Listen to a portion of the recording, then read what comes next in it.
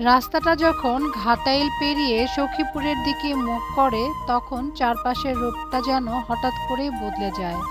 তুমি যখন এগিয়ে যাচ্ছ তোমার চোখের দিকে দিগন্ত জোড়া ধানক্ষেত, যেখানে বাতাসের দোলায় সবুজ ঢেউ খেলে যায়, কিন্তু এই সুন্দরের মাঝেও এক অদ্ভুত রুক্ষতা আছে।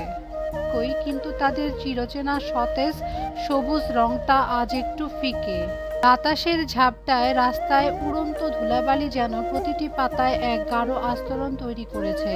মনে হচ্ছে এক শিল্পী যেন অনিচ্ছাকৃতভাবে সবুজ ক্যানভাসের উপর ধূসর রঙের প্রলেপ লাগিয়ে দিয়েছেন।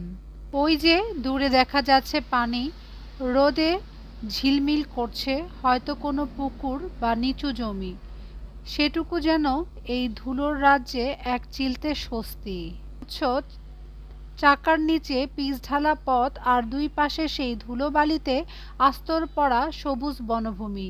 এই ধুলোমাখা প্রকৃতি বলে দিচ্ছে সভ্যতা আর গ্রাম্য জীবনের মাঝখানের এই পথটুকু কতটা ব্যস্ত। গাছের পাতাগুলো একটু ভারী হয়ে নুয়ে আছে, ধুলোর ওজনে যেন তারা বৃষ্টির অপেক্ষায় তৃষ্ণার্ত হয়ে আছে। ধুলোর আস্তরণ ভেদ করেও যে সবুজটা উকি দিচ্ছে সেটাই এই পথের আসল সৌন্দর্য।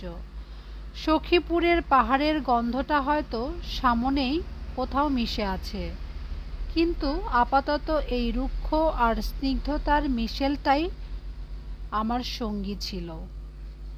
কেমন লাগলো আমার এই ভিডিওটা? সখীপুরের এই বিস্তীর্ণ রাস্তাটাই সৌন্দর্যের পটভূমি।